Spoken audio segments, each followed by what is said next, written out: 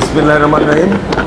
বাংলাদেশ জাতীয়তাবাদী দল বিএনপির কেন্দ্রীয় পক্ষ থেকে আমাদের মাননীয় মহাসচিব ওনার স্বাক্ষরিত একটি অভিযোগ, যেটা আমি বাংলাদেশ জাতীয়তাবাদী দলের মামলা খুন গুম তথ্য সমন্বয়কের সদস্য এবং আমার পাশে আছেন আমাদের অ্যাডভোকেট জাহিদ ভাই, উনিও ওই কমিটির সদস্য।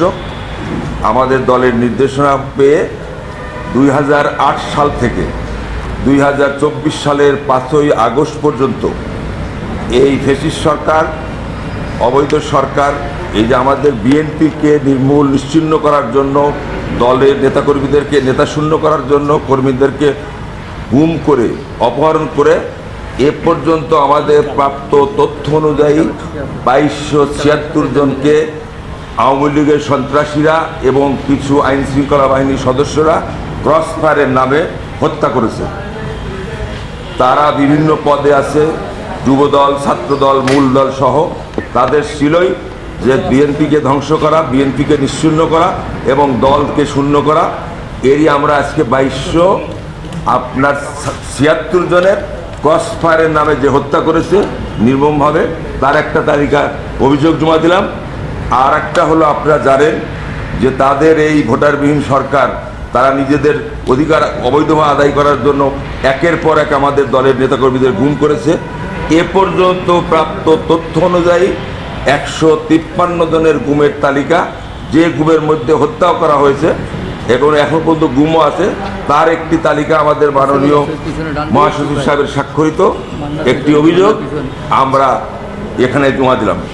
আমার সঙ্গে কারা ক্রসফায়ারের শিকার হয়েছে, কারা গুমের শিকার হয়েছে, আমাদের নুরুজ্জামান জনি আছে, আমাদের শাহজাহান সাহেব আছে, যুবদল নেতা কায়ুম আছে, তারপরে আপনার শরীফ আছে, তরিকুল ইসলাম আছে, এরকম আমজাদ হোসেন আছে, ইলিয়াস আলী গুমের মধ্যে আছেন আমাদের স্থায়ী কমিটির সদস্য, যিনি আমাদের 8 বছর দীর্ঘদিন আগে অপহরণ করে ভারতে ফেলে রেখেছিলেন, সালাউদ্দিন আহমেদ সাহেব আছেন, ইলিয়াস আলী চৌধুরী, আপনার চৌধুরী আলম সাহেব আছেন।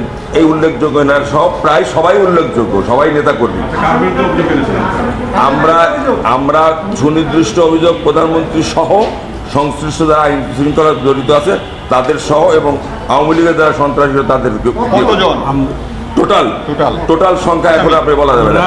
আমি আসামি কিভাবে উল্লেখ করেছেন? আমরা আসামির সংখ্যা উল্লেখ করেছি ওই প্রধানমন্ত্রী সহ সর্বশেষ তাদের যারা আইন শৃঙ্খলা বাহিনী জড়িত আছে নাম দিয়ে দেওয়ার করে দিয়েছি। এটা আমার গোপন আছে, এটা আমরা বলবো। সংখ্যাটা বলেন, সংখ্যাটা বলেন। এখানে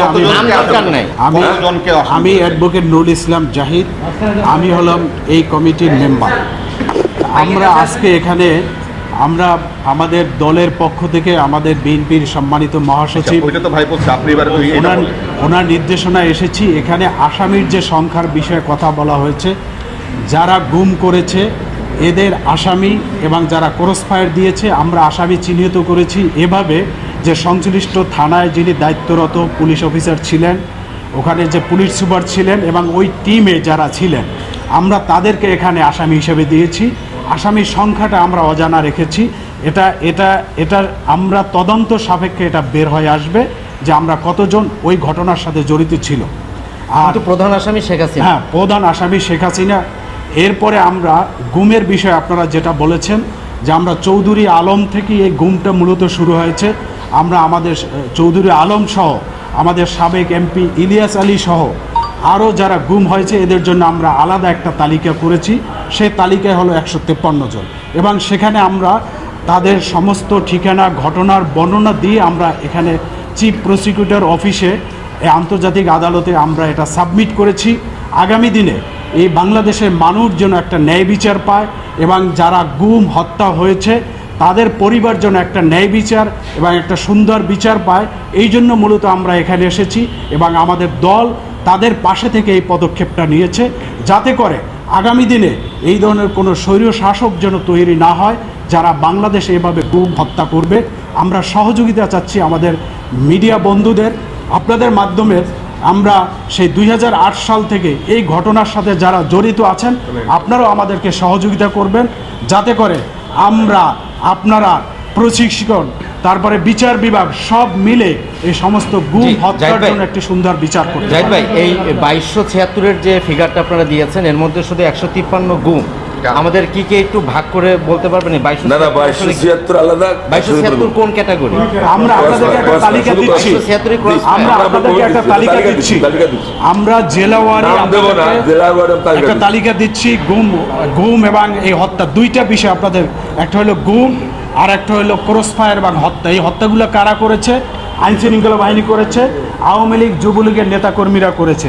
এজন্য আমরা দুইটা তালিকা করেছি, আমরা আপনাদেরকে দিব।